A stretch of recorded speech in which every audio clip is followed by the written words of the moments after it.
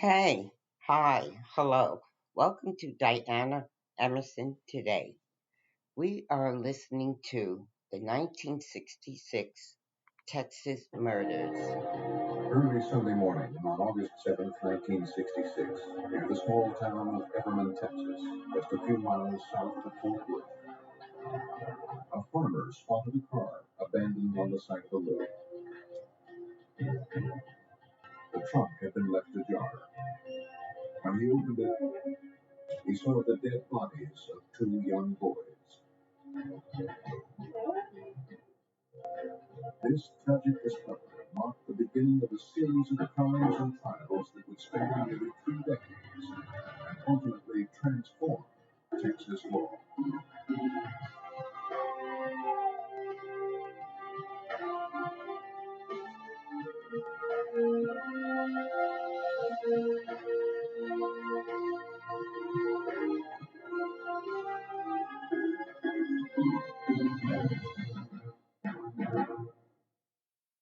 Nobody should die that way. I've never seen anything that One horrific. of the duties of a pathologist is to determine the cause of death. Watch on mobile devices or the big screen. All for free. No subscription required. Download Veely now. Like and subscribe.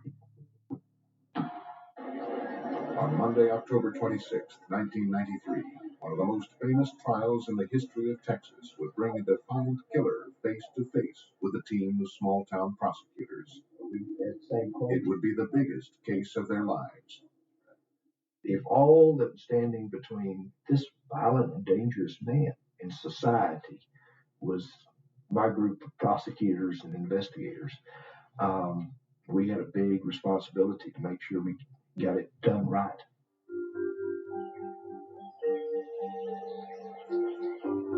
Almost 3 decades earlier, in 1966, the Everman, Texas Sheriff's Department responded to the scene of a terrible crime.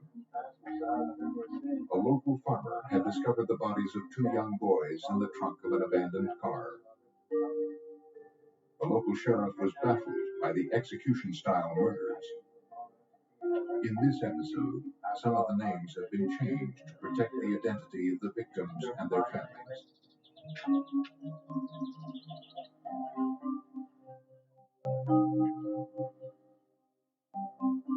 The farmer who discovered the bodies said he knew the youngsters. Both boys, Richard Bond and his cousin Matthew Duncan, grew up in Everman. Authorities learned that the last time their parents saw them was Saturday night, heading off to meet Richard's girlfriend, 17-year-old Laura Smith. Investigators feared she was kidnapped or worse. News of the shooting traveled quickly.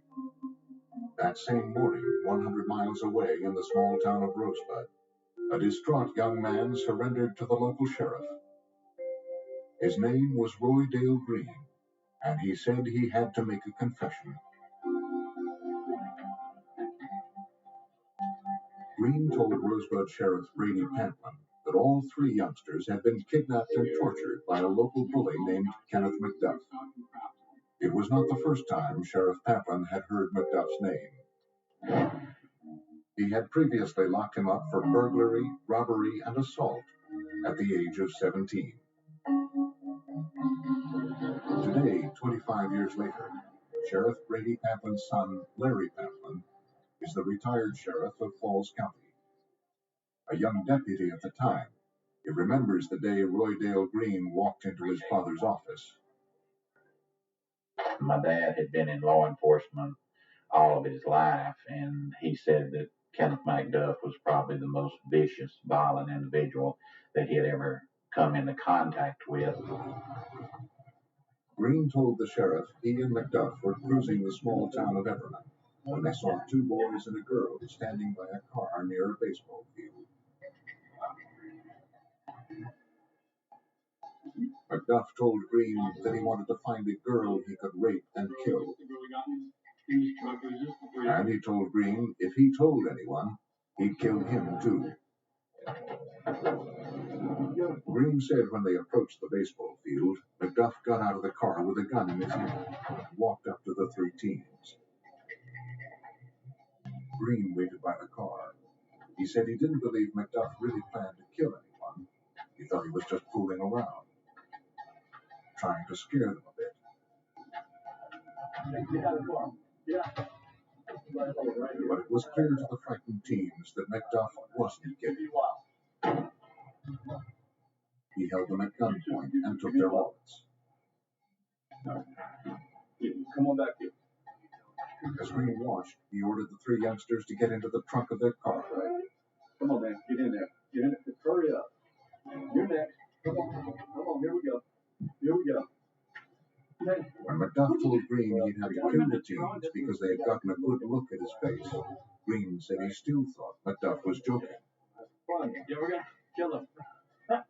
Take the car and drop. Follow me. All right, where are we going? And he just went along with the game. All right. McDuff drove the car with the three teens in the trunk, and Roydale Green followed in McDuff's car.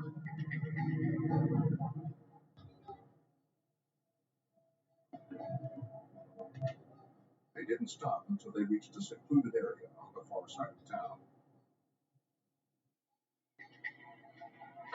Finally, on a dark back road, McDuff pulled over.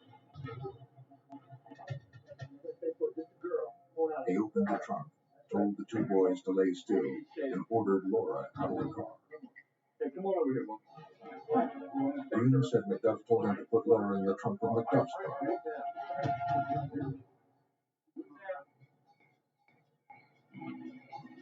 That's right.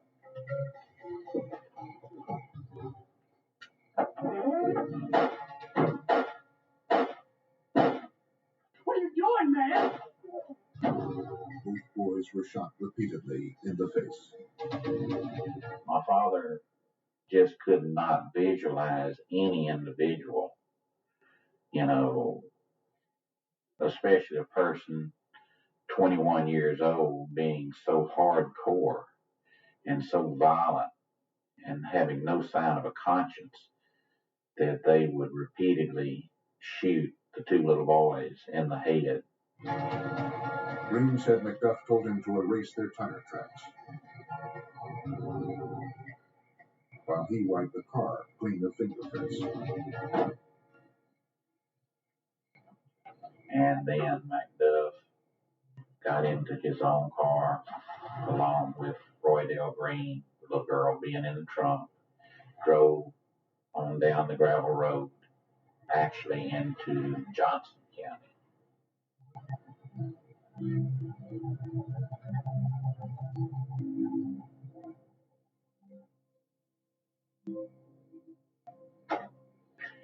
And at that point in time, stopped the vehicle and raped the little girl. And Green raped the little girl. McDuff raped her again, and then choked her to death on the gravel road with Green holding her ankles. And then, according to Green, they threw the body over a fence and covered it with brush.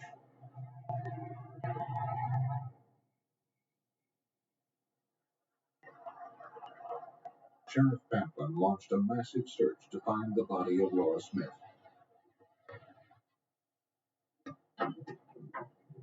Roydale Green tried to help, but the area was unfamiliar to him, and he couldn't remember where they left the body. At the same time, a manhunt was launched to find Kenneth McDuff.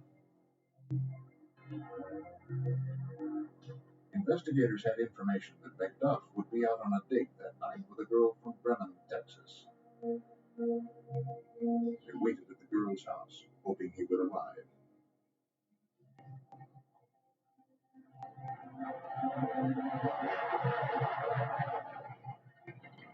It's been a number of years, but if I remember correctly, it was like 11:30 p.m. exactly when all hell broke loose. When McDuff saw the lawman, he tried to back up. The sheriff opened fire, shooting out his tires and radiator, crippling the car.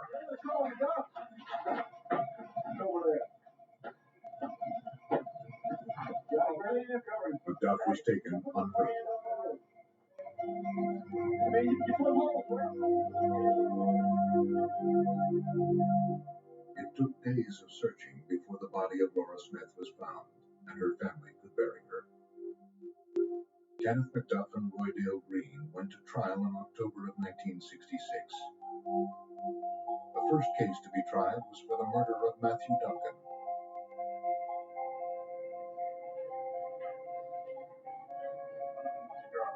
Prosecutors were confident they could get a capital conviction.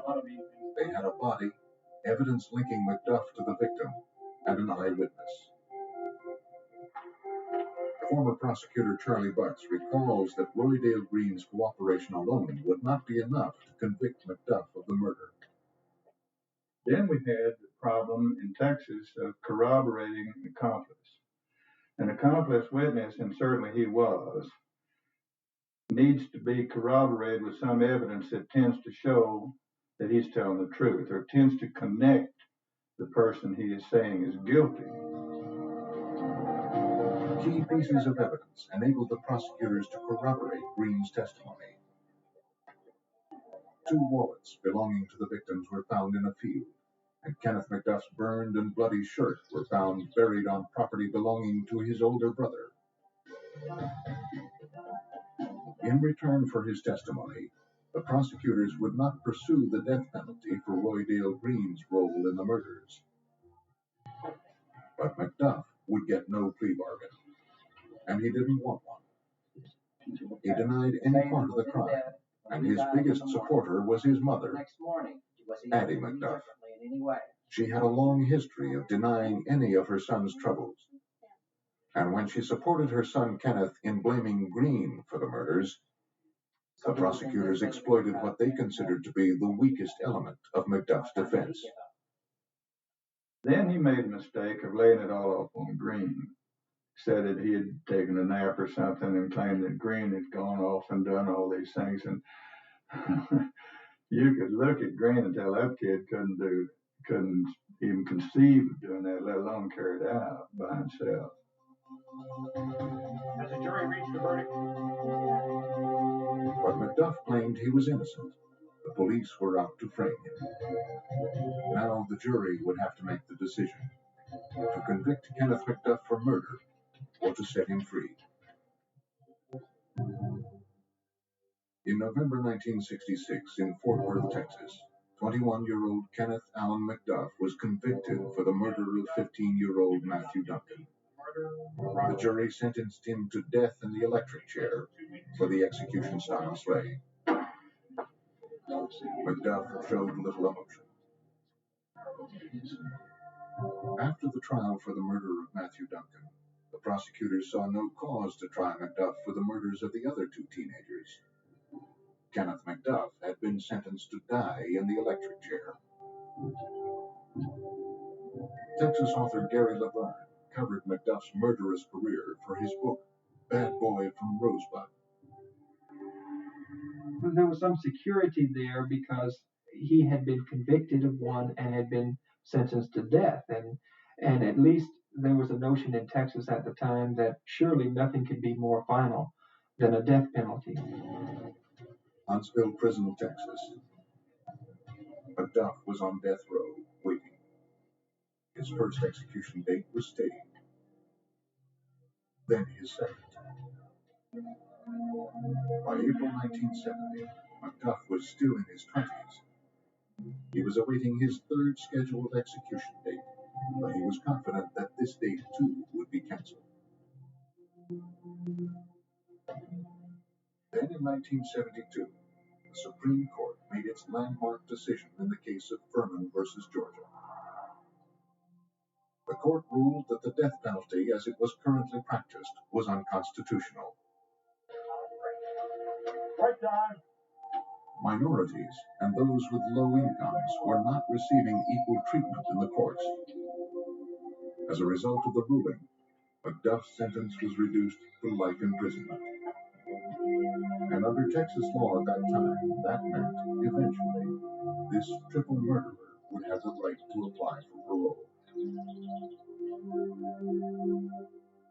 8 years later, in 1980, McDuff came up for parole. To make a very clear here that At the time, 3 parole board members would hear an inmate's case, and it would take 2 votes to pass. McDuff's good behavior in prison convinced one of the members, but the other 2 voted it down. By the late 80s, Texas prisons were getting dangerously overcrowded, while little money was being spent to build new ones. The parole review system was taking the heat. The people of Texas did not want to vote new taxes to expand government. And expanding a prison system is an expansion of state government. So political leaders at the time responded by instructing the Board of Pardons and Parole to literally release thousands of people every month. And as time went on, more and more violent criminals were being paroled under a perfectly legal process. By the time McDuff was up for parole once again in 1989, his application was just one file stacked on top of a mountain of others. After 15 denials for parole, Kenneth McDuff, incredibly, got his letter of release. It didn't take long for word to reach the sheriff's office in his hometown. Sheriff Brady Pamplin, who had arrested McDuff in 1966 for the shooting of the 3 teenagers, had retired, and his son Larry was now the new sheriff of Falls County.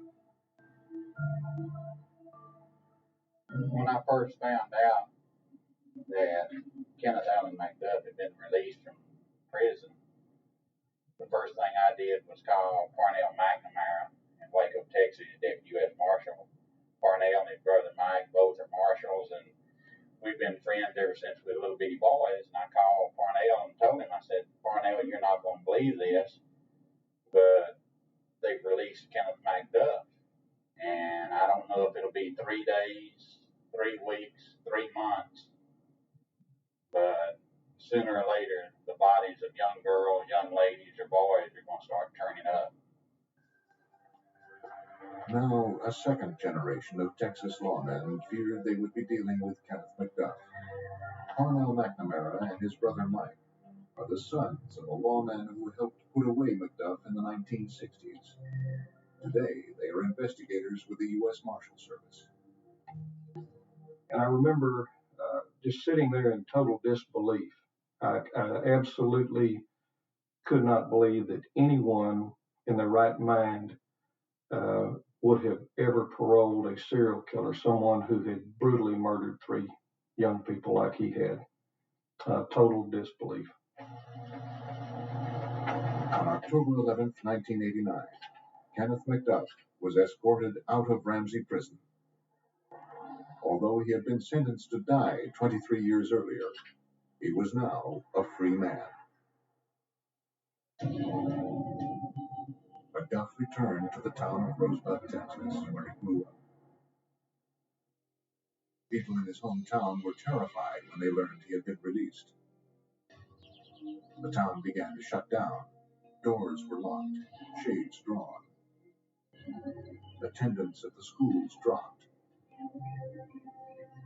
There were reports of families not letting their children out, of bus drivers being told to be careful because McDuff is out. And that's the sad irony of all of this. When he was in school, he caused school officials trouble, even as a young kid. Now he's been in prison for 23 years. He's let out, and bus drivers have to be careful all over again. It was a very bizarre event in the history of Central Texas. The citizens of Rosebud were much relieved when Kenneth McDuff moved away from home. In the spring of 1991, McDuff enrolled in the Texas State Technical College at Waco, moved into a dormitory on campus. He received financial aid as part of his rehabilitation program, and for the next year, he regularly reported to his parole officer. But authorities would soon learn that McDuff was far from rehabilitated. March 1st, 1992, Waco police responded to a call that a clerk from a convenience store had disappeared. 22-year-old Melissa Northrup was working alone on the overnight shift at a Quick Mac. The time you got here. Her husband told police that he had just been on the phone with her when a customer walked in. He called back a few minutes later but got no answer.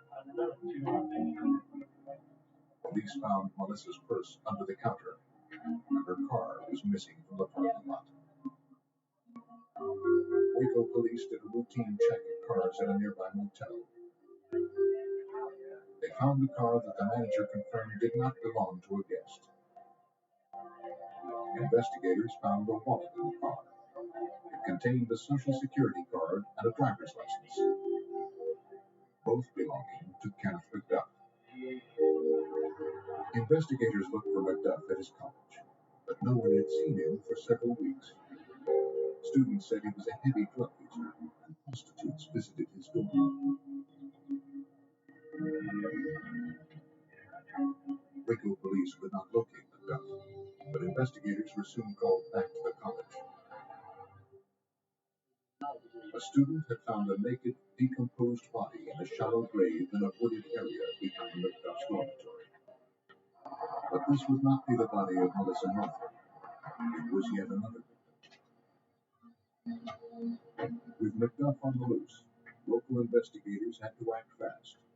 They feared that after 23 years, Kenneth McDuff was once again on a killing spree. On March 25, 1992, a woman's body was found buried in a shallow grave behind the Texas State Technical College at Waco. This victim would turn out to be Valencia K. Joshua.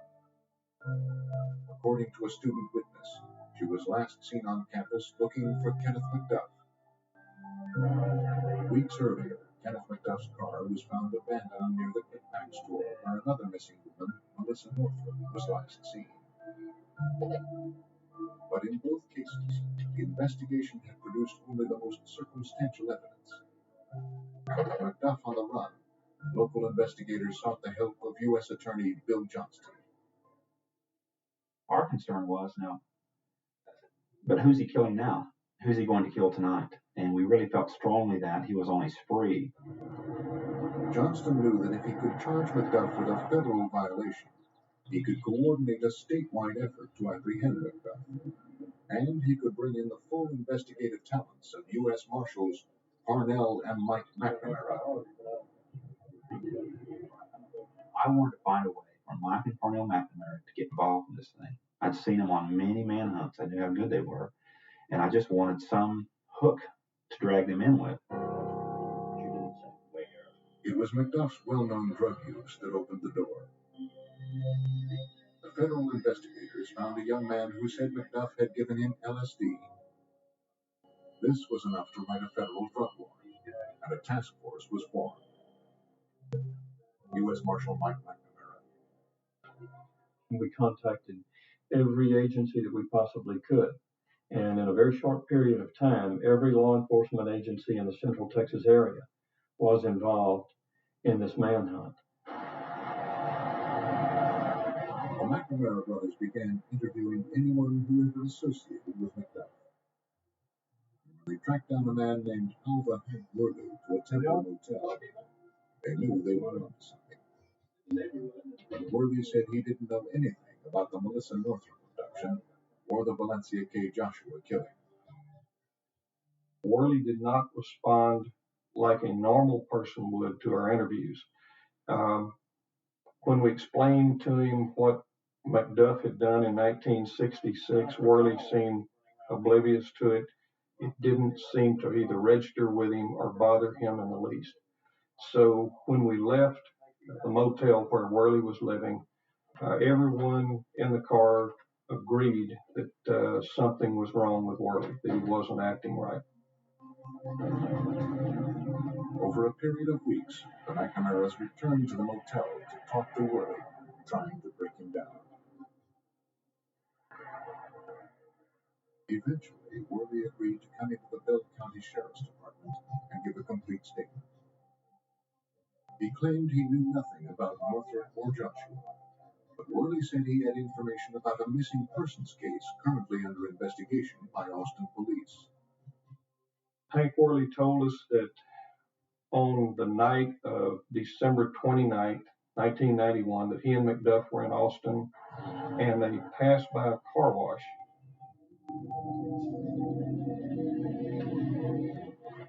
McDuff pulled into one of the car wash bays and told Worley to stay in the car. According to Worley, McDuff went to the next bay where a young woman was washing her car.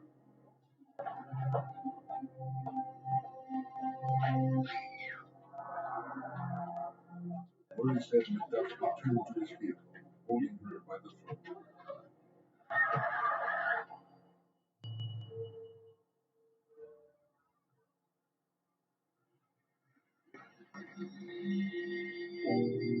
He said McDuff raped and killed her. He claimed he didn't participate in the murder. In the abandoned car, Austin police found a purse and identification belonging to the victim, Colleen Reed. A surveillance photo in a nearby ATM machine helped narrow the time of her disappearance to sometime after 9:15 p.m. Worley claimed he could not remember where McDuff had disposed of her body. Now investigators finally had an eyewitness, the same kind of weak, suggestible accomplice that helped put McDuff away 30 years earlier in the murder of the three teenagers. But they still had to find McDuff. Over 12 state and federal agencies participated in the hunt for him.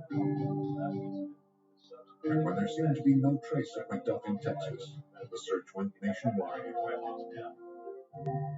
All the major networks and news organizations ran stories on the fugitive.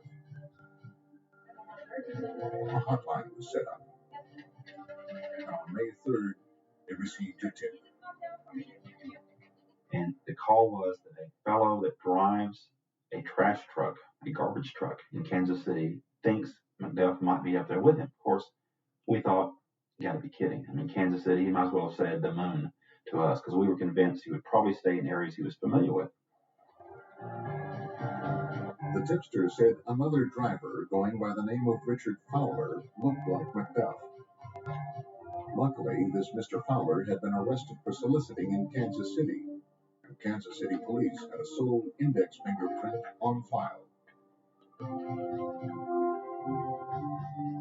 That one fingerprint belonged to Kenneth McDuff.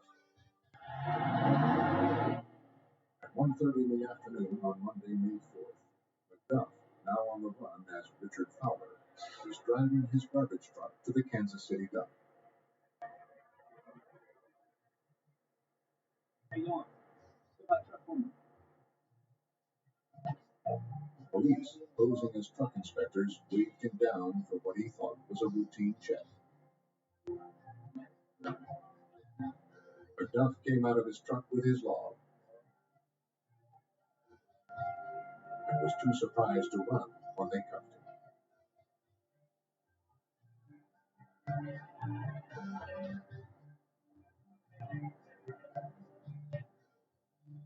Kenneth McDuff was flown back to Texas under heavy guard.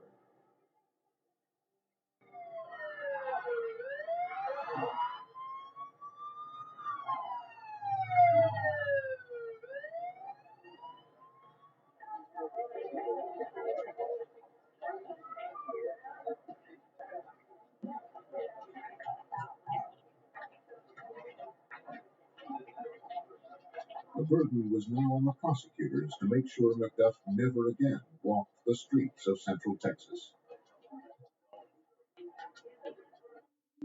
The body of Melissa Northrop, the Quickback store clerk, had recently been found in an abandoned quarry in Dallas County. Her car stuck in the woods nearby. The body of Colleen Reed, the woman abducted from the car wash, was still missing. Prosecutors had an eyewitness, but without a body, murder would be difficult to prove. For the homicide of Valencia Joshua, There was no eyewitness and no physical evidence pointing to Macduff. Of the three cases, elected prosecutor of McLennan County, John Segrist, decided to first try Macduff for the murder of Melissa Northrup. Our strategy was to tie him as many times as we could to the victim, to the scene of the crime, to the scene to where the body was found, to the motive for murder, to anything we could possibly find to make those ties and reinforce the ties as many times as you possibly could, because and hopefully we could build a case that was strong enough and the circumstances were such that this jury could say that they're beyond a reasonable doubt this was the man responsible. First Assistant Crawford Long, a forensic expert, would present what little physical evidence they had and concentrate on trying to prove Macduff's pattern of behavior to the jury. When you're presenting a case of circumstantial evidence, the problem is the jury likes to hear a person come in and say, I saw that person do the crime. I saw the defendant kill the person. In a circumstantial case, you're not going to have that. You're going to have small bits and pieces of evidence when taken all together will point out the defendant as the killer. First Assistant Freeman would bring Macduff's associates to the stand to provide testimony about his movements on the day of the murder and the violent nature of his behavior. Generally, a person's character is not admissible to prove their conduct. However, the law in Texas provides it can be used to prove motive and to prove identity. We had a case that was built like a domino house. A domino house built around a man who knew how to cover his tracks. Even his friends said he understood a single hair could send him to prison. He took great care wiping off fingerprints. But ultimately, no crime scene can be left perfectly clean. And there were some foreign hairs found in Melissa Northrup's abandoned car. Though DNA tests were ordered on the hair, a portion of the test became contaminated by the lab contracted to perform the analysis, and the prosecutors couldn't present any of the DNA evidence in court. The small-town prosecutors would have to prove to the Houston jury it was Macduff and only Macduff who killed Melissa Northrup. But without an eyewitness and no conclusive forensic evidence, Macduff's attorneys could make a convincing argument that their client was innocent. The prosecution had no direct evidence linking Kenneth Macduff to the murder of Melissa Northrup. Kenneth Macduff's trial for the murder of Melissa Northrup began in Houston in February of 1993. All rise. Court of the Honorable Judge Hagedorn is now in session. The prosecutor made his opening statement to the 12-member jury. We're going to show you. He began with a detailed account of the events leading up to Melissa Northrup's kidnapping and murder. He described how Macduff's car broke down near Highway 35 and New Road in Waco, that Macduff had spent the day trying to raise money to smoke crack, and, as Macduff had said to a friend, get a woman. Just before 4 in the morning, the prosecutor told the jury, Macduff left the car in the parking lot of the New Road Inn. At this point, there are no eyewitnesses, but the prosecution sets the scenario that Macduff walked to the nearby Quick Pack convenience store. The prosecution would show that Macduff had worked briefly at a different Quick Pack store and he knew how it operated. He knew it had no security cameras. He knew the night clerk was alone. He knew there was cash in the register. Come on around. And he left no evidence, not a single fingerprint.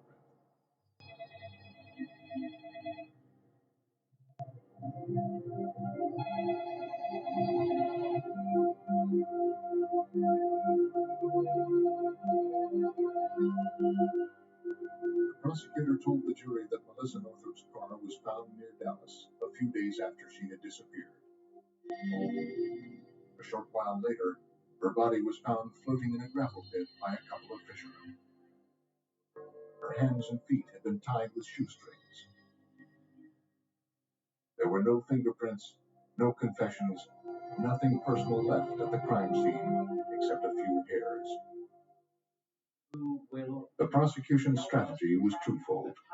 To build their circumstantial case, they needed to track Kenneth McDuff's every move on the day and night Northrop disappeared. Secondly, they needed to prove a pattern of violence. Nothing but the truth, so help you God? I do. Hoping to establish McDuff's violent, unpredictable behavior, the prosecution questioned his associates on the stand. The problem was, these witnesses had criminal records of drug use, prostitution, and other crimes, and the prosecutors had to convince the jury their testimony was truthful.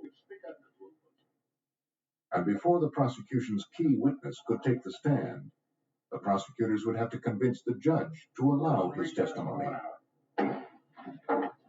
The judge asked the jury to step out of the courtroom before he would hear the state's argument for calling Alva Hank Worley. Worley was a witness to the abduction and murder of Colleen Reed.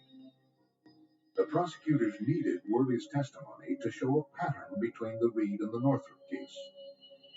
The pattern of the hunt, the capture, the torture, and the hiding of the two bodies.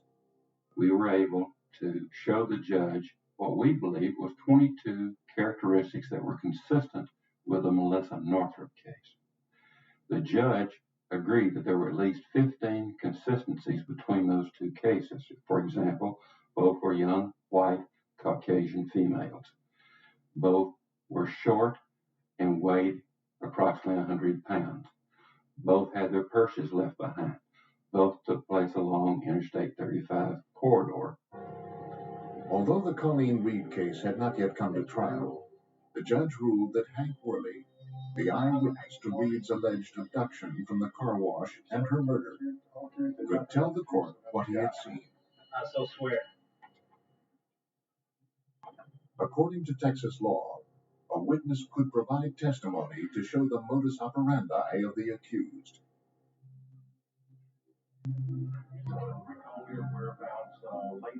Now, the prosecutors could show the jury how McDuff kidnapped and murdered his victims. What in particular did Mr. McDuff say? He said he was going to take himself a girl that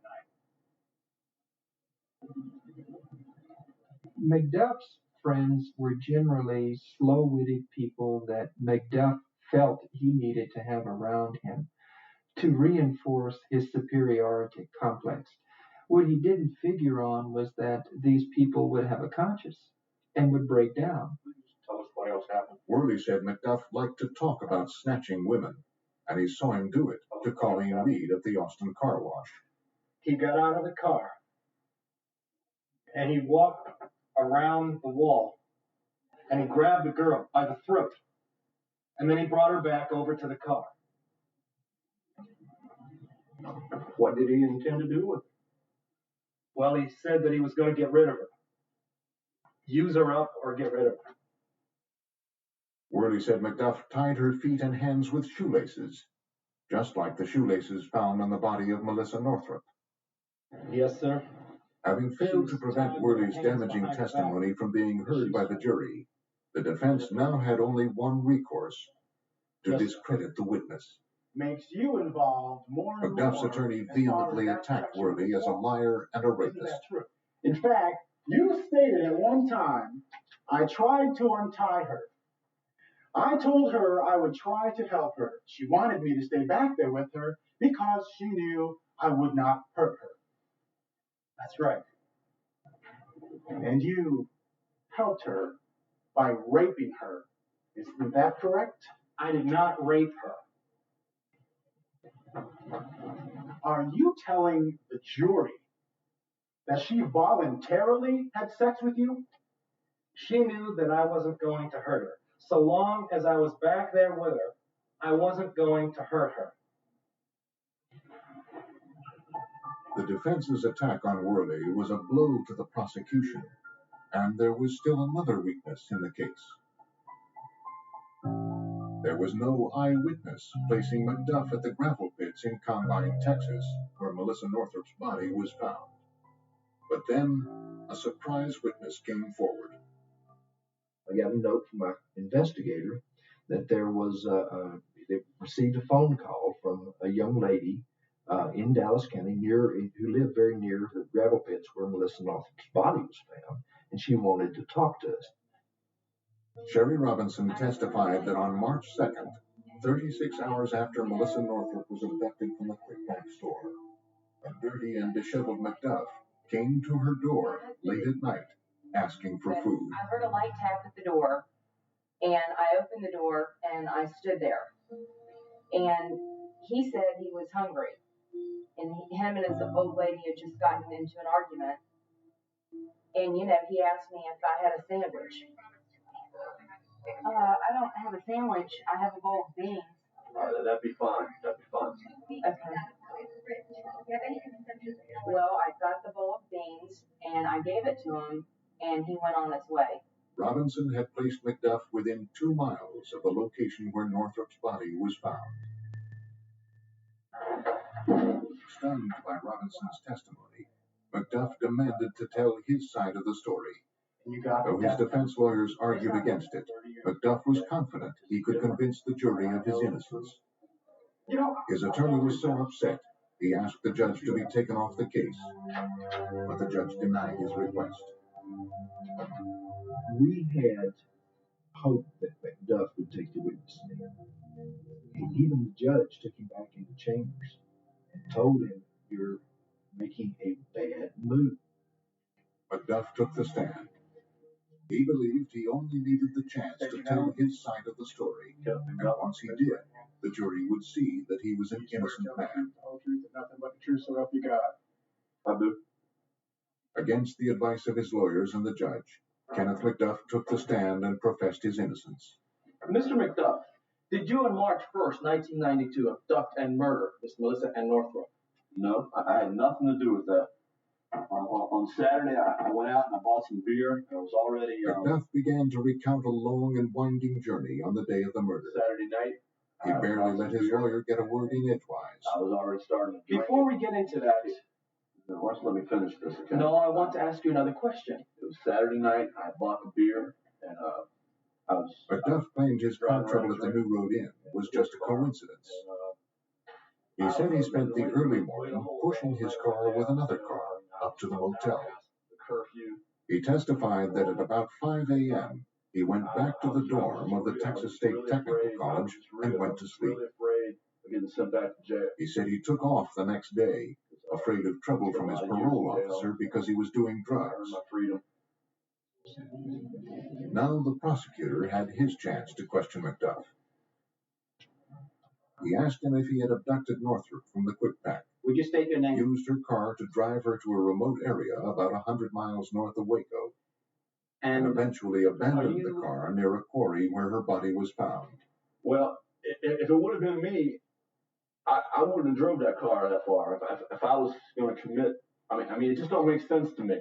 So, what you're telling the jury, it's your tough luck that you happen to be at the very place where Melissa Northrop was kidnapped, at the time she was kidnapped.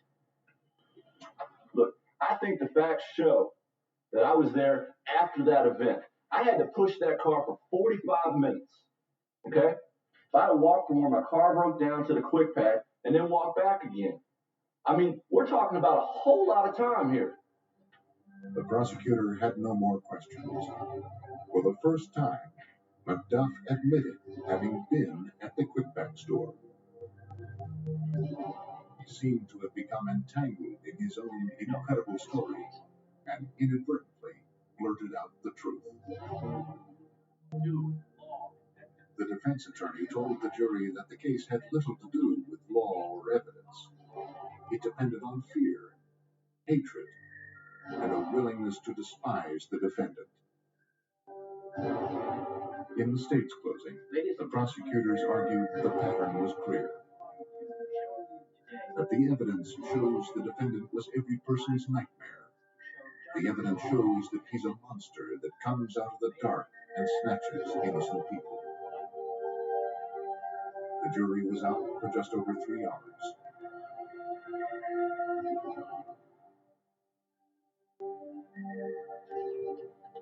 Will the defendant rise? McDuff fit the definition that most people would have of a true sociopath, in that he showed no emotion whatsoever, except anger. Kenneth McDuff, this court finds you guilty of the kidnapping and murder of Melissa Northrup. This court is adjourned. He showed no emotion whatsoever. One of the prosecutors of the 1966 trial described his eyes as dead eyes, that they were black and like a shark. For the kidnapping and murder of Melissa Northrup, McDuff would get the death sentence. Confident they could win again, the prosecutors indicted McDuff for the murder of Colleen Reed, and once again the verdict was guilty and the sentence death. Certainly, the citizens of Texas were in an outrage that their parole board ever released McDuff in the first place while serving a life sentence for the 1966 murder. It inspired Texas voters to fund a $2 billion building program for new prisons. The governor at the time, Ann Richards, was able to spearhead a number of reforms that became known as the McDuff Laws, including a new definition of life in prison as 45 years behind bars before coming up for parole. Assistant U.S. Attorney Bill Johnston moved on to other cases, but kept his eye on some unfinished business in the McDuff case. The body of Colleen Reed and 2 other victims had not been found. His time for execution was like a month or 2 away when we felt like, let's make a push here. McDuff had admitted to a regular visitor that he had killed 2 other women, in addition to Colleen Reed and Melissa Northrup. He told the visitor where he had buried their bodies, but for some reason, McDuff refused to talk about Colleen Reed. He didn't want to. And what he said was, they won't need me anymore. Well, I mean, this is a guy that's going to be executed in 3 weeks. I wasn't sure quite what he thought anybody needed him for. Then prison officials promised McDuff whatever he said, he would be treated no differently, no better, but no worse. And McDuff revealed a remote location by the Brazos River.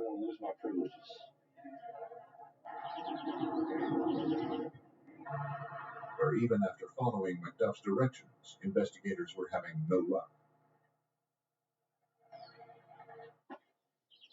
In a last-minute decision, prison officials brought McDuff, chained and shackled, to the Brazos River site.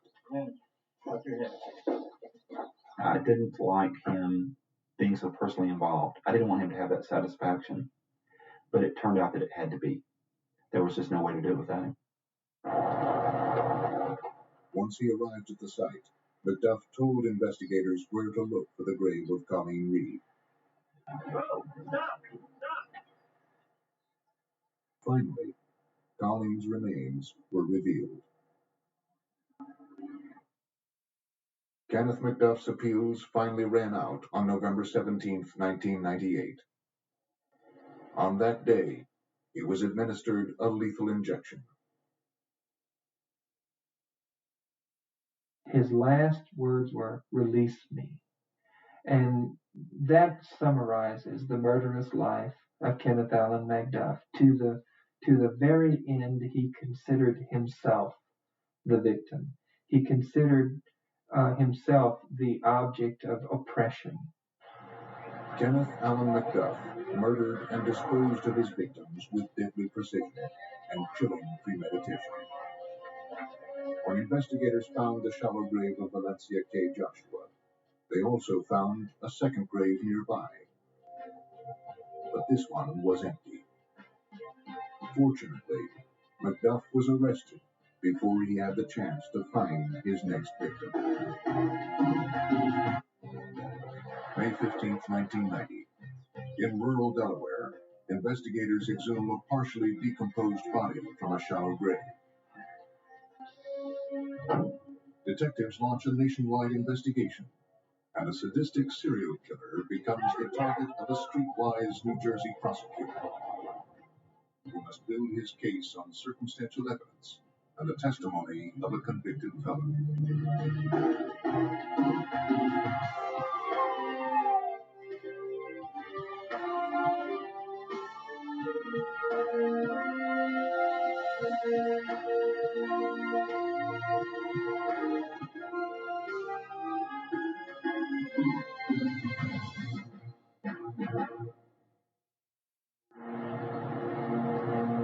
In 1990, William J. Purdy, Assistant District Attorney, coordinated an investigation and prosecution in an effort to end the deadly rampage of a brutal killer of the people who protected him. They thought they had everything figured out, and they had pretty much effectively gotten away with murder on 2 other occasions. Police were on their heels, but never could get enough to just push it over the edge.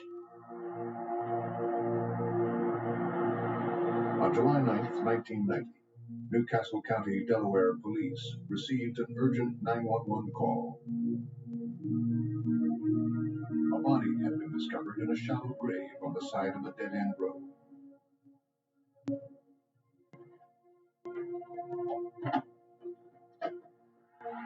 Detective Alan Ruth headed the investigation. What do you got?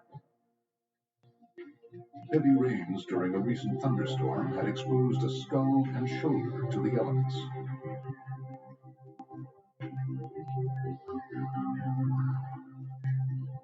A forensic team removed the earth surrounding the bones and revealed a complete body. The corpse appeared to have been folded over and buried in a fetal position. Who found it? While walking their dog, a local resident and his wife had found the body. Garrett, you can take the house on the right and canvas that. Detective Ruth instructed the officers to secure the area. Any other units that can come out and block the road off down the end? Somebody want to give recon a holler? Police would close the road while the forensic team removed the body from the earth. Working like archaeologists, investigators carefully dug a trench around the remains. We actually dug down, started off really far away with the shovel. And then we actually got to where we felt we were lower than the body would be, just by the angle of the upper shoulder area and the head. And then we worked our way into the body with like a little small space.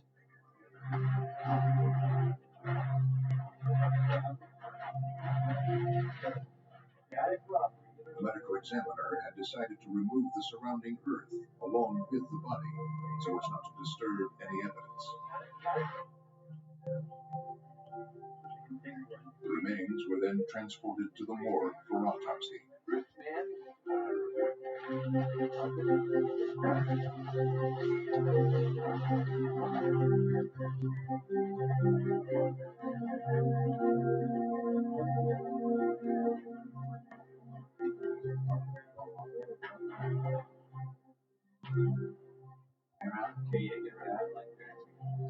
The medical examiner determined that the remains were those of a young woman in her early 20s who at one time had given birth.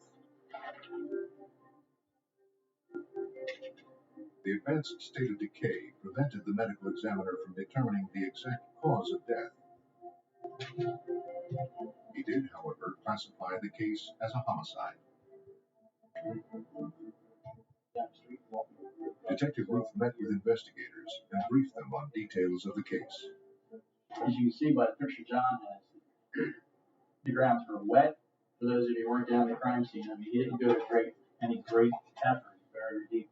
He hoped that the area surrounding the grave might yield some clues to the woman's identity and that of her killer. See if we can track down any of the guys who are responsible for mowing grass. They're up there all the time to give us an idea of when they were there last. Investigators checked police reports of missing persons in neighboring states. How far back do you want to go? 3 months. but they found nothing. Yes. Detective Ruth ran a search on the NCIC, the National Database for Violent Crime and Missing Persons. He got a match. In Clifton, New Jersey, Detective Nicholas Donato had been investigating a missing person. A woman had called the station to report that her cousin, Myra Napolitano, had disappeared. She felt that Myra, a devoted mother of two, would not leave and abandon her children. Donato had questioned the missing woman's neighbors and family, and now, nearly a month into the case, Donato got his first break. Regarding Myra Napolitano. It was a phone call from Detective Ruth in Delaware. Ruth informed Donato of the body they had recovered from the shallow grave. It matched the description of Myra Napolitano, which Donato had entered into the NCIC database.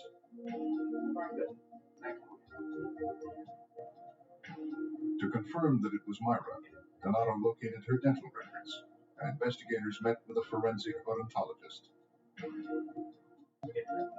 He was able to positively identify the remains as belonging to Myra Napolitano. Myra had disappeared from her Clifton, New Jersey home on June 21st. Working with Donato on the case was Detective Lieutenant John Burke. I think that we were comfortable at that point of officially saying it's not a missing persons anymore. You know, it's now a homicide. And then the next question was jurisdiction. With the body found in Delaware and the missing persons investigation originating in New Jersey, the prosecutors from both states determined that the Passaic County Prosecutor's Office would take the investigation with the assistance of the Delaware State Police. Yeah. All right, let's go out there and do a good job. And most of all, let's be safe. Dismissed. 2 days after Myra Napolitano was reported missing, her husband had come into the Clifton police station. Eric Napolitano was accompanied by one of his two sons and his mother, Carol. Eric shrugged off the report of his wife's disappearance, saying she had walked out on him. He even seemed offended by the officer's concern.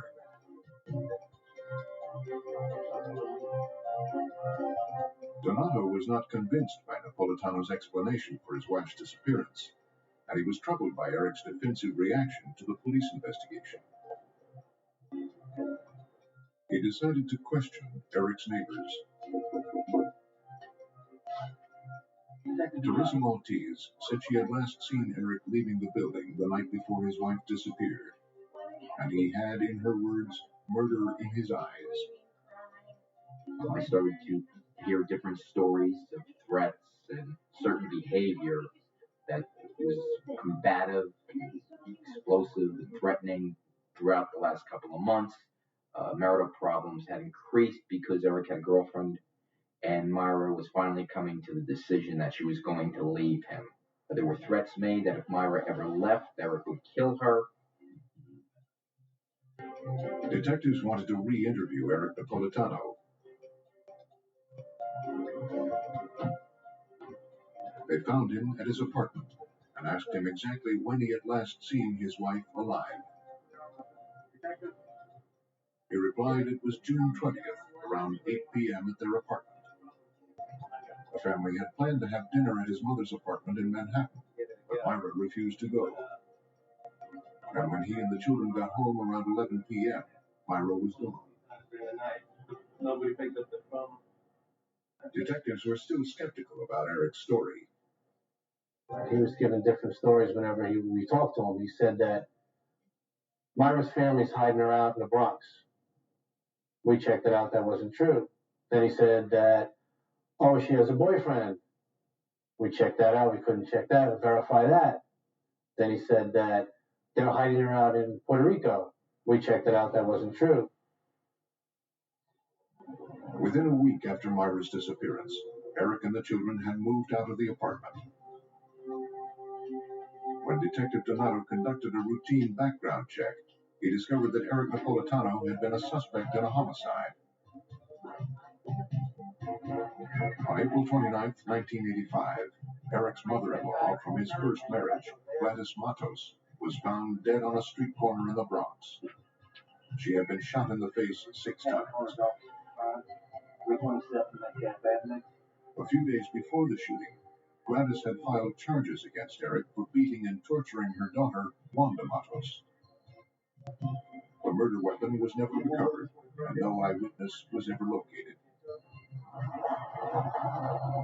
Digging still deeper into Napolitano's past, Donato learned that an old girlfriend of Eric's had also been murdered. On June 2, 1984, the body of Marilyn Colludro was found at a national park in eastern Pennsylvania. She had been wrapped in a comforter and bound with a thick cord. Her throat, face, and head had been violently slashed. The coroner's autopsy found that she was pregnant and may have been tortured. The body remained unidentified for more than 2 years, until someone in the New York City Police Department noticed that a missing persons report for a Marilyn Colludro had never been entered into the national database for missing persons. When the mistake was corrected, the body was immediately identified as Colludro's. The only suspect in her murder was Eric Napolitano, a man who investigators now feared was a serial killer. Detectives found links between the 1984 murder of Marilyn Colludro, whose tortured body was found in a Pennsylvania park, and the murder of Gladys Matos, who was gunned down on a Bronx street corner in 1985. The suspect in both cases was Eric Napolitano. Eric had been Colludro's boyfriend and Matos' son-in-law. Tell me where you were that night.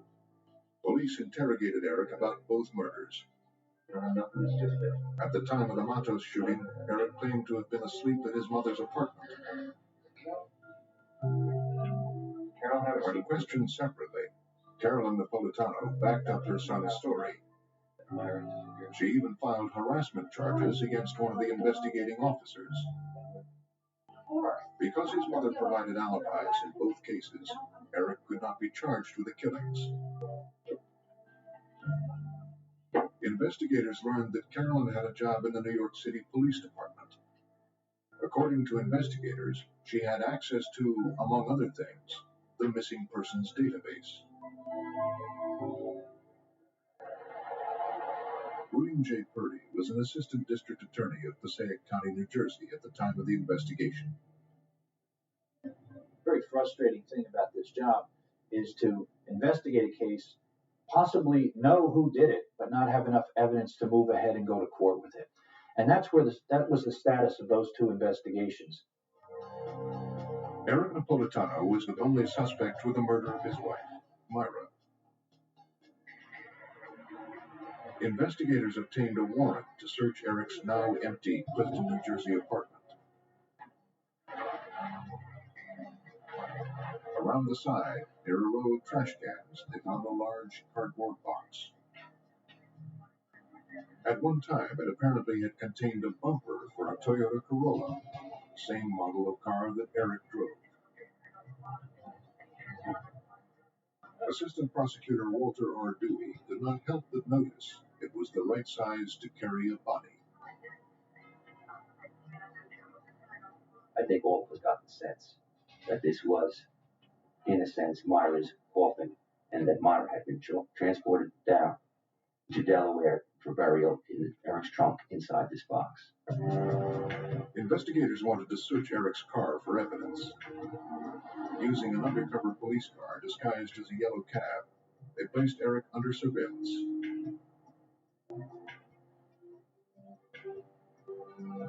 After following him through the Lincoln Tunnel, they closed in and seized the car in New Jersey.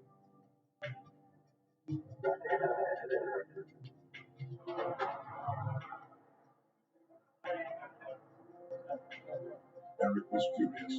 He accused the police of harassment and demanded to know what he was being charged with. In front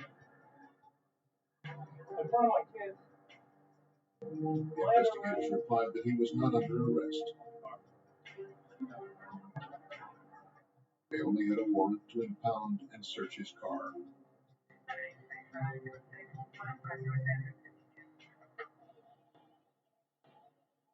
The vehicle, a one-year-old Toyota, was towed to a garage at the Clifton Police Department.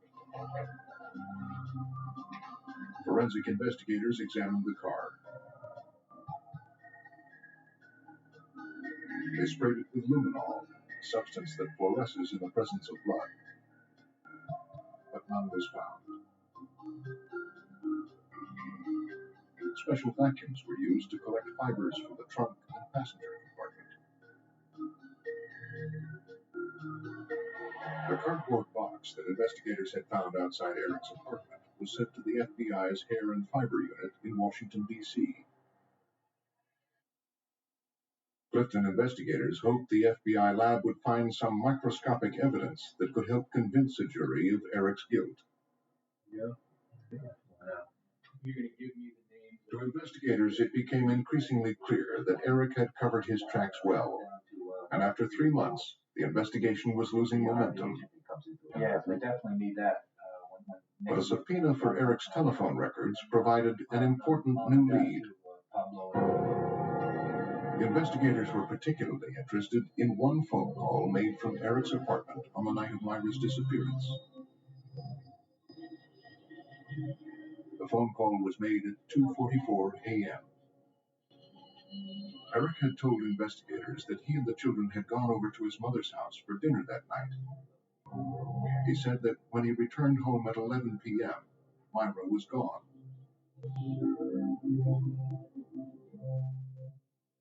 The 2:44 a.m. phone call was interesting because it was a call from the Clifton apartment where the Napolitanos lived to the apartment of Al Giovanni in Queens, New York.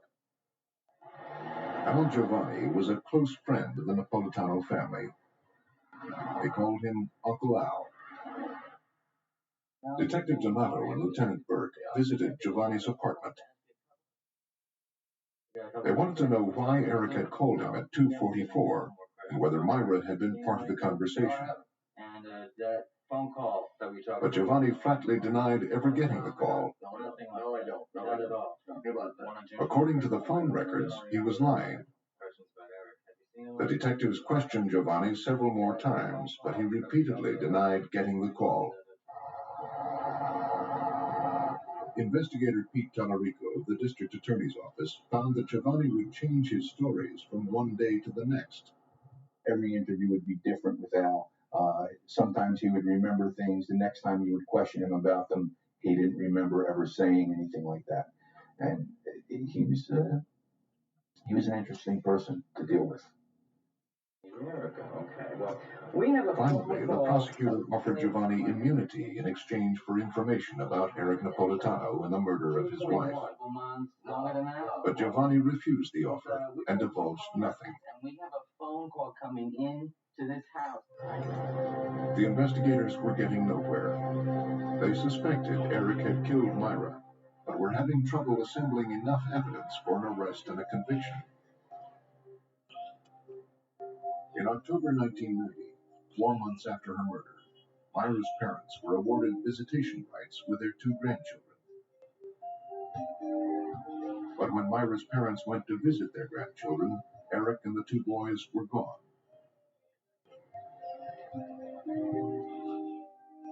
Now investigators feared that Eric had skipped town, and they had no way to find him. They enlisted the help of the FBI.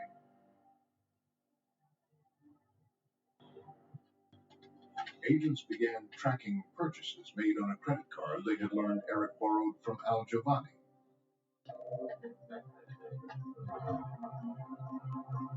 They discovered that it had been used to rent a moving van.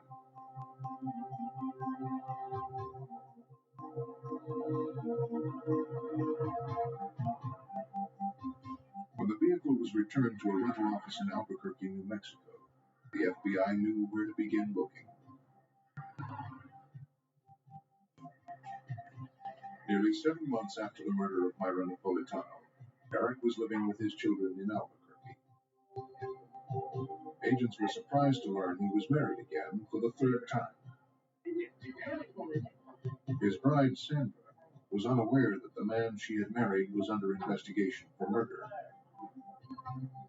When the FBI discovered that Eric had taken out a life insurance policy on his new wife, they worried whether they could stop him before he killed again.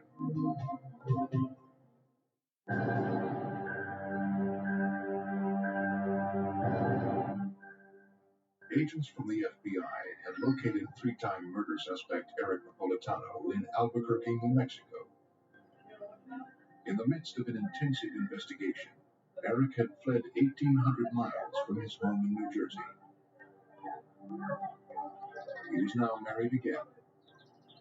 But three women who had crossed Eric in the past were now dead.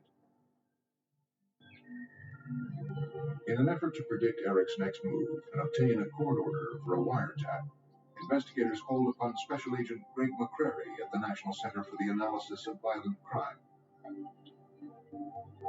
They asked McCrary to assemble a profile of Eric. The profile that emerged came from both background information on Eric Napolitano himself, as well as the crimes. And together we're able to piece this together. And it was clear to me, looking at this, that we had an unusual type of offender, a sexually sadistic serial killer who, in fact, was victimizing people he knew, which many times is unusual. Many times, more commonly, they're strangers.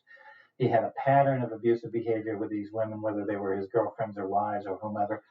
Many times, it's the need to dominate, humiliate, subjugate, and ultimately possess their victims. And the ultimate way to possess is to possess their lives. The FBI profile classified Eric Napolitano as a sexual sadistic serial killer. The report convinced a judge to issue a court order to tap the work phone of his best friend, Al Giovanni. District Attorney William J. Purdy. Well, they were able to correctly predict that Eric Napolitano, because of his relationship with Al Giovanni and his mother, would almost certainly turn to them. We had initially received phone records that did indicate they were in almost daily contact, several times a day. Eric would call Al Giovanni's toll-free number, and Al would patch him through to Carolyn. The three would be on the phone together, planning what they would say to investigators. The wiretaps were interesting, not that they had any admissions on them. None of these people ever came out and said, I did it. But they constantly spoke in a manner that was inconsistent with anyone who was innocent. Yeah, there must still be investigating, but what I honestly think is the case has got to be settled. We also learned that he had obtained a semi-automatic weapon that he was carrying openly, which is legal out in New Mexico. But on the telephone, we learned that he was carrying that, and he was planning to possibly shoot Myra's father should he come looking for him to get the grandchildren.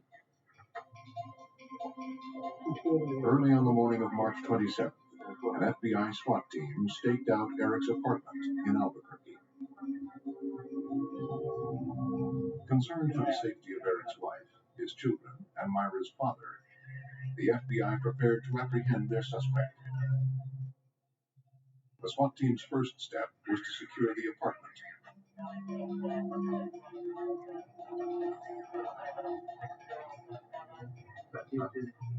When Eric left the building, they made their move.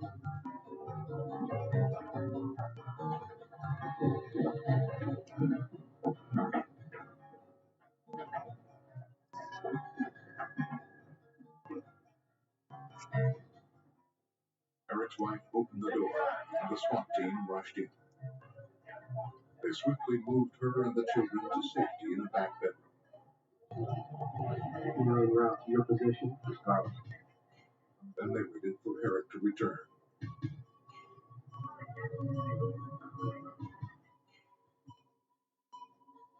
He's going back in.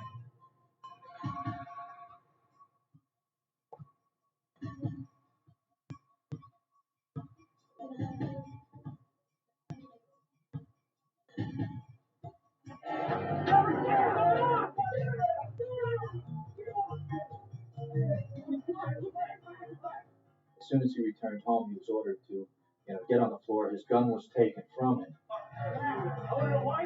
An agent told Eric that he was not under arrest. They only had a warrant to search his apartment. It was a ploy designed to get Eric to make one last self-incriminating phone call. We were hoping that he was going to go to a public telephone. So he did that. And just as predicted, he called Al Giovanni, told him what was happening in his apartment, started talking about evidence, started talking about what they would find, what they wouldn't find. So it worked very well. Later that day, he was arrested and returned to New Jersey. At the federal marshal's office in New Jersey, he was turned over to Detective Donato of the Clifton Police Department, who read him his Miranda rights. And after reading his Miranda rights and asking him, Eric, do you wish to make a statement at this time? Eric said to Detective Donato, what do you think? And that was all we got out of him. Eric was charged with the murder of his wife, Myra. Carolyn was charged with obstructing the efforts of law enforcement officials. What is down there now? But then the strength of the case was called into question. Although the evidence was purely circumstantial, William J. Purdy, the assistant district attorney in New Jersey, believed he had enough to build a case. Okay, very good. I was more comfortable with it. I knew it was a tough case, but I went to my boss and talked to him, and my boss decided to go ahead and do it. Then the prosecution received some good news. After months of lab work, the FBI Hair and Fiber Unit issued their forensic report. Fibers had been recovered from a pair of shorts on Myra's body. FBI technicians compared these to fibers found in the cardboard box outside Eric's apartment and fibers from the trunk of his car. When arranged side by side in a comparison microscope, all three samples matched perfectly. But even this important forensic evidence was circumstantial, and by itself did not prove that Eric had killed Myra. Then I can make out. It's fairly common. The 9-month investigation had not produced a single shred of direct evidence that Eric had killed his wife. Delaware came through Conrad and Webb. The case of the state of New Jersey versus Eric Napolitano was tried in the Passaic County Courthouse in Clifton. Presiding over the trial was Superior Court Judge Vincent E. Hull. Bring in the defendant. Eric was charged with the murder of his wife, Myra Napolitano. The prosecutors would not be allowed to submit evidence from the 2 previous murders Eric was thought to have committed. They would therefore be unable to establish a modus operandi linking Eric to all 3 murders. Mr. Purdy, you may make your opening statement. Opening statements began on April 22nd, 1993. Purdy went on the attack. Let's see what he's really like. He warned the jury that as they dig under the surface of the defendant's seemingly normal life, they will see what he called dirty little facts. No one would be saying they saw Eric kill his wife, but the circumstantial evidence would be convincing. Circumstantial evidence can be more compelling and more powerful, and a jury can be more certain of circumstantial evidence than direct evidence. Eyewitnesses can lie. Eyewitnesses can misperceive certain things. A defendant can lie if you admitted his statement. Circumstantial evidence doesn't lie. It's often compared to a puzzle, but you start putting it together, and pretty soon what emerges is, even without all the pieces yet, this person is guilty. We have evidence. Ernest Caposello, opening for the defense, conceded that his client may indeed be obnoxious and spiteful. Lies, deception, and the prosecution. Napolitano may be a bad person, Caposello said, but the prosecution had no cold, hard evidence that Eric had killed his wife. My client, Eric, may have had a few flaws, but he's not on trial for his personal characteristics. He's on trial for murder.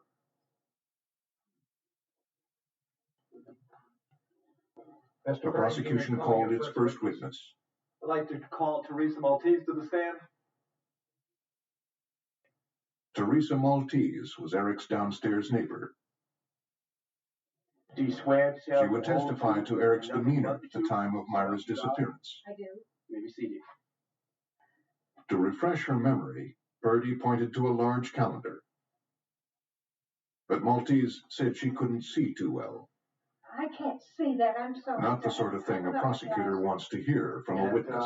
Myra and Eric's place. Yes, well, I let him in and I went up to the... Maltese testified that she last saw Myra the night before she disappeared. I didn't call out to her because there was so much noise. A young man from a moving company had come to make an estimate. Maltese knew that Myra was planning to leave Eric and move back to Puerto Rico. She testified that Myra looked upset. Maltese asked her if everything was all right. Myra slammed the door in her face. But as Maltese continued, her memories seemed to fail her. She waffled on her story and appeared confused. About the mother? At first, she said Eric's mother had red hair, then later described her as having black hair. Black hair? The prosecutor asked Maltese if she saw Eric later that day. Sure, that's how you remember. It was around 7:30 that evening, Maltese said, when he came out of the apartment. Didn't look very happy. That's all that I can say. Now, in a previous During her pre-trial interviews, Maltese had told investigators that Eric had, in her words, murder in his eyes. And now she changed her story to something much milder. Moving van at... When Purdy asked Maltese to read her prior statements, she said she couldn't read. Judge, I'm done with this witness. Purdy was surprised and embarrassed. The prosecutors appeared ridiculously ill-prepared. Ms. Maltese, you're excused. Walter and I left the courtroom that day saying, what did we do? What did we get ourselves into? This case is nothing. At the end of their first day, Purdy told Dewey, "This case is over. We've lost." Eric Napolitano was charged with the murder of his wife. As the trial entered its second day, the prosecutors feared they would be unable to regain the jury's confidence. Their first witness had waffled in her testimony, creating an impression that the state had no case. Purdy, you may call your next witness. I'd like to call Jeanette Canucolo to the stand, please. The prosecutors could only hope that the testimony of Jeanette Canuclo, Eric and Myra's neighbor, would be more consistent. So help you God. Baby seat. Canuclo testified that she was present during the Monopoly game at Eric and Myra's apartment around Christmas 1989.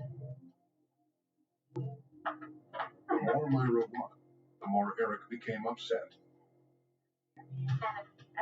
Lunged at her across the table. And they started arguing. You aren't taking anything from me. You ever try to take the children from me, I'll kill you. Do you understand me? I'll kill you, Myra. Now this threat that if she left with the kids, that he would kill her, did you hear that on just this occasion, or was it more than one occasion? No, more than one, several times. Now, the prosecutor questioned Canuclo about another incident 4 days after Myra disappeared. He asked me to come help with the laundry. She testified that Eric asked her if she wanted some of Myra's clothing. Canuclo, confused by the offer, asked Eric what he meant. Myra might come back, she told him. I don't think she's ever coming back. That's all the questions I have. After a disastrous first day, the prosecution's case was back on track.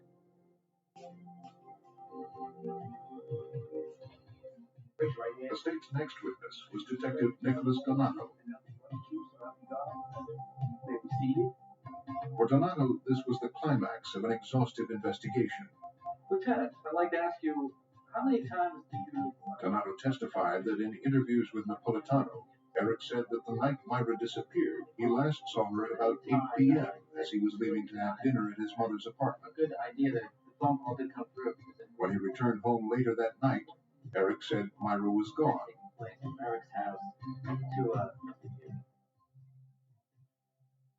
In an effort to show that Eric had lied to Donato, the prosecutor next called Gregory Velez. Sir, please stand up, take off your hat in court.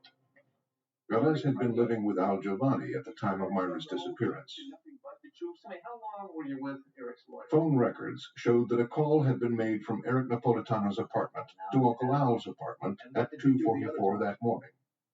Velez testified that he answered the phone.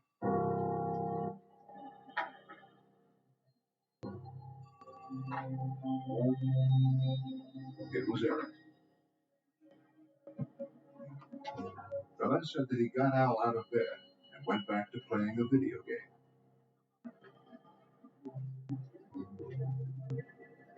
Al was hard of hearing and had a speakerphone that he turned up loud. This made it possible for Velez to hear the conversation. Eric was yelling at his wife. He told Al that Myra had a boyfriend. Velez said he could hear Myra in the background, vehemently denying Eric's accusation. When Giovanni asked Myra if Eric was hitting her, Myra said no.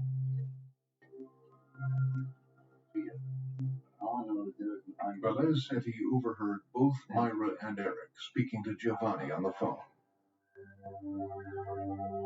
It was almost 7 hours after Eric had told Donato he had last seen Myra. The prosecution had shown that Eric had lied to the investigators.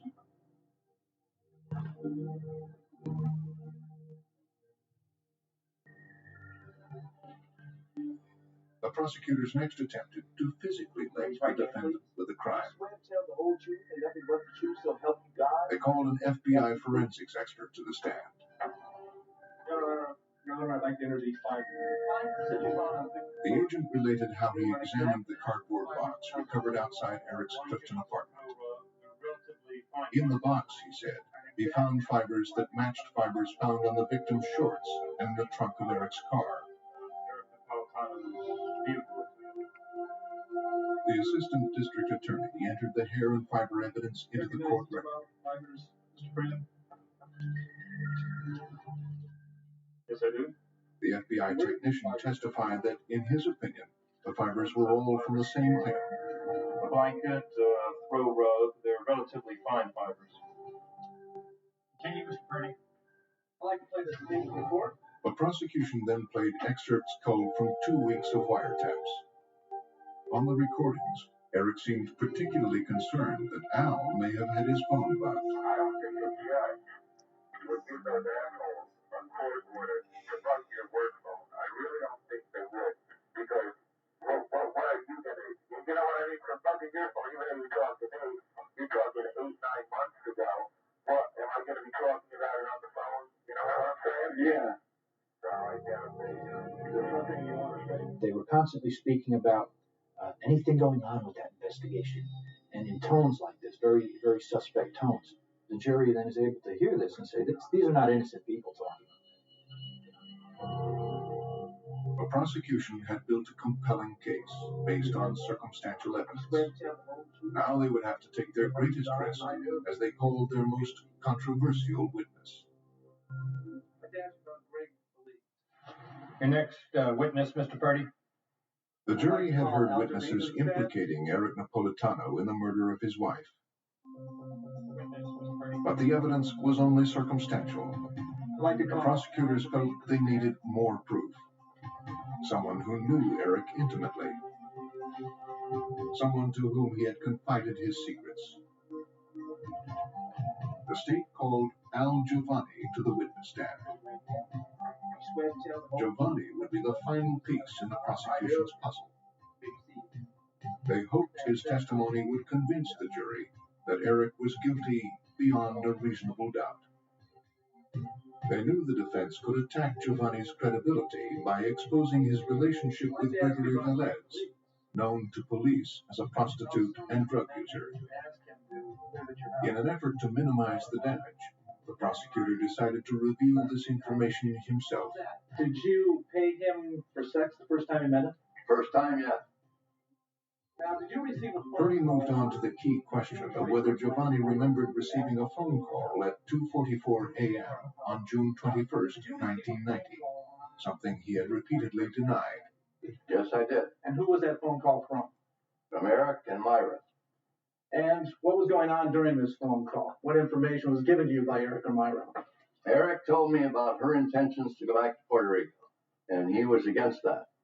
He wanted her to get that Section 8 housing, you know, and there was a lot of hollering and screaming going on. Giovanni then told the court about a call he received the following day on the evening of June 22nd. It was Carolyn calling to tell him that Eric was coming over. When Giovanni heard Eric beat his horn, he came down. Look, I gotta tell you something. Are you going to lie? No, I'm not. I killed Myra. She was gonna take the kids to Puerto Rico. I took her to Delaware. You're sick. I did what I had to do. You're sick.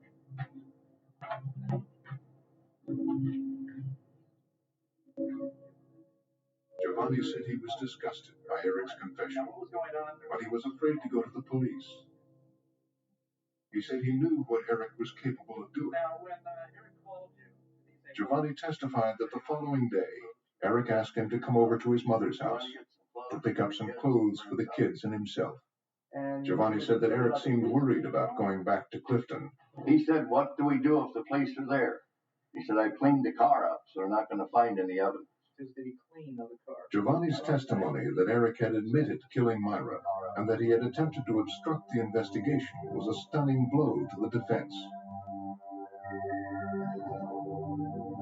To get Giovanni's testimony, the state had to drop all charges against him, except for hindering the investigation. That's all the questions I have. There was an agreement that was made for him to testify, and he got away with only a few years in jail. This is something that's the necessary evil of law enforcement. We make deals with people sometime, but we felt we were making deals with the person who didn't do the killing, but did know something about it. The defense team struck back swiftly, raising questions about the reliability of his testimony. You're going to have 5 years cut off your prison sentence, correct? I imagine so, yes. The defense hammered at Giovanni's credibility. Isn't it They true wanted to that show you the have jury that Uncle Al was capable of lying under oath to save himself from more prison time. 5 long years? That's a long time, isn't it? Well, just to me. Of course it is. The prosecution knew the risks of presenting a witness whose testimony came as the result of a deal, but it was a gamble they felt they had to make. Honest with us? Because it was a circumstantial case, I felt that a jury, even if they're satisfied with a circumstantial case, they could go out of there more satisfied if they get just one witness who said, yes, the defendant said he did it. He told me he did it. So that's why I put Al on, because he was going to give us that information. The prosecution rested its case. When Judge Hull prompted the defense to begin presenting their witnesses, Capicella filed a motion to acquit based on insufficient evidence. Judge Hull denied the motion.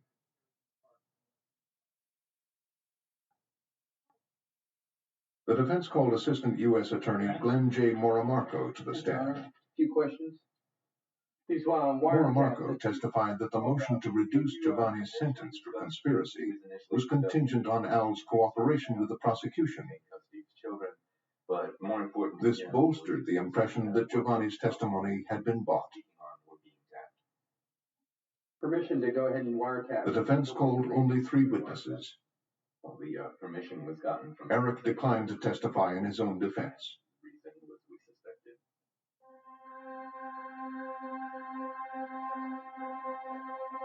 It had taken just 2 weeks for both sides to present their cases. On Thursday, May 6th, closing summations began in the murder trial of Eric Napolitano. He did not like him at all. The defendant's attorney stated his belief that many of the witnesses had an agenda. In other words, they didn't like Eric. and they didn't want the jury to like him either. But you don't. Capicella admitted that his client may have been guilty of marital infidelity, but that didn't mean he was guilty of murder. Eric wasn't on trial for being a bad person. He was on trial for murder. And the circumstantial evidence was not convincing enough to convict. There are huge pieces at the center of the puzzle, but they are missing. You must come back with the verdict of not guilty. Thank you. Mr. Purdy.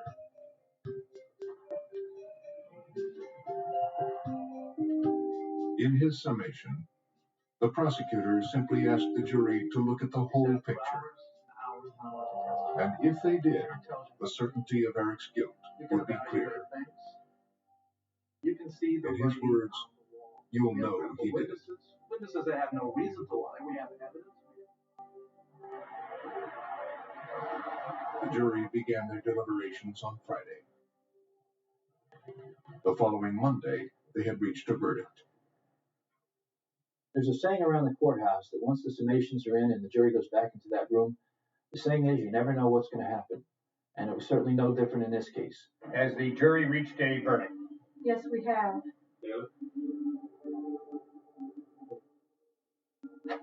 The jury found Eric Napolitano guilty of murder.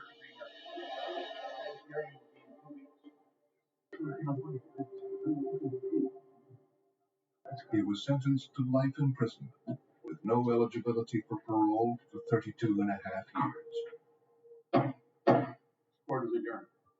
I was satisfied, the Acevedo family was satisfied that we had finally stopped this individual who had certainly killed before, and there was a real good chance he was going to do it again if we didn't band together and convict him and put him in jail for the rest of his life. Investigators continued to develop leads in the killing of Marilyn Coludro. 12 years after the young woman's body was found at a park in Pennsylvania, Eric Napolitano was finally indicted for her murder. He agreed to plead guilty. The prosecutors believed that Eric's plea was prompted by a desire to protect his mother. Carolyn Napolitano was facing charges that she obstructed justice. During the investigations, she had provided alibis for Eric. Ultimately, we made an offer to the Napolitanos that we would allow Carolyn into what they call pre-trial intervention. She goes on probation, and when it's over, the case is dismissed against her, if and only if Eric Napolitano would come clean about one of the other murders. As the court listened in stunned silence, Eric confessed to the murder of his girlfriend, Marilyn Coludro. Eric Napolitano. He was sentenced to an additional 15 years to life. 15 years, in addition to the sentence that you're now serving. And by having another conviction in New York, we felt that we could guarantee that Eric would spend the rest of his life in jail without ever hoping for parole. As part of Eric's plea agreement, his mother was not prosecuted for her role in any crimes.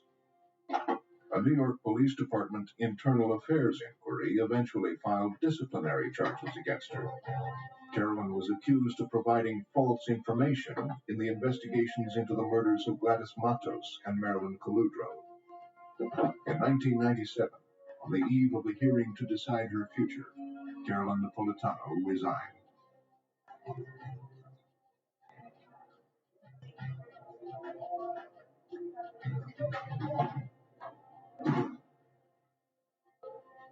When the women in Eric's life tried to leave him, he murdered them. Convicted of 2 brutal slayings, Eric Napolitano will spend the rest of his life behind bars.